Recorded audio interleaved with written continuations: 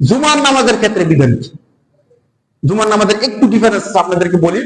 অনেকে যখন আমি আসলাম শুধু এক রাকাত পাইলাম, তখন তো আমার নিয়ম হবে অন্যান্য নামাজের ক্ষেত্রে যেমন আমি দাঁড়ায় সেরে এক রাকাত করি, জুমার নামাজ যদি শুধু এক রাকাত পাই তখন আমি দাঁড়ায় কয় রাকাত করে নেব, এক রাকাত করে নেব, আমার নামাজটা হয়ে যাবে। অন্যান্য নামাজ এবং জুমার মধ্যে যে পার্থক্যটা, অন্যান্য নামাজের মধ্যে আমি রুকু পাইলাম না, নিয়ম হলো ইমাম সাহেবের সাথে শরীক হয়ে যাবে।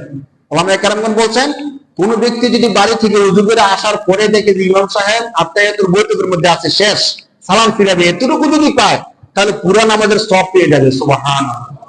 জুমার নামাজের মধ্যে পার্থক্য দিরা, জুমার নামাজে যদি ইমাম সাহেব এক রাকাত শেষ, দ্বিতীয় রাকাতে আয়েশা ইমাম সাহেবকে রুকুতে পান, পূর্ণ রুকু পান, তাহলে আপনি এক রাকাত পাইছেন, আরেক রাকাত মিল করে নামাজ ঠিক করে নেবেন। কিন্তু ইমাম সাহেবকে যদি দ্বিতীয় রাকাতে রুকুতেও না পাই, আয়েশা দেখলাম ইমাম সাহেব প্রথম রাকাত শেষ করে ফেলছে, দ্বিতীয় রাকাতে রুকু কি শেষ, তাহলে আমি জুমার নামাজটা আর পাইলাম না। কারণ যে রুকু পাইলো সে কি পাইলো? নামাজ পাইলো। তো জুমার নামাজ তো 2 রাকাত, তো আমি দ্বিতীয় রাকাতে রুকু পাইলাম না, মানে জুমার নামাজ পাইলাম না। এখন করবো কি? সপ্তাহে একটা দিন জুমার নামাজ আমার দ্বারা মিস হয়ে গেল, এটা মিস হয়ে গেল, শেষ।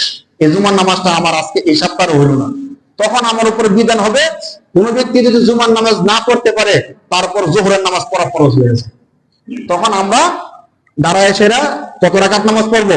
4 রাকাত। জুমা না জোহর? জোহরের নিয়ত করে পড়তে হবে।